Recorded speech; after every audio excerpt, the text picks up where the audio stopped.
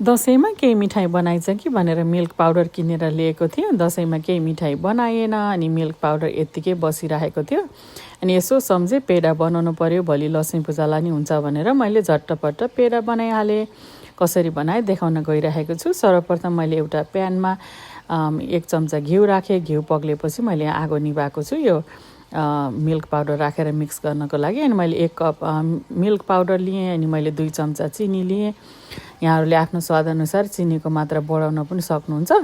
अनि मैले आधा कप चाहिँ मैले दुध राखेँ, 1 कप मिल्क पाउडर, 2 चम्चा चिनी अनि आधा कप मिल्क पाउडर राखेर अनि मैले फेरि सानो ग्यास बनाएँ। ग्यास अन गरेर यो डढ्छ अनि मैले फेरि नन स्टिकीमा बनाउन लागेको छु, त्यही भएर अलि बढी होसियार हुनुपर्छ।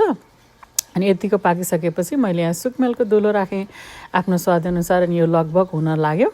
अनि यो अब एकछिनमा यतिको भइसकेपछि मैले एकछिनमा यहाँ आगो निभाउँछु अनि यसलाई एकछिन सेलाउन दिन्छु।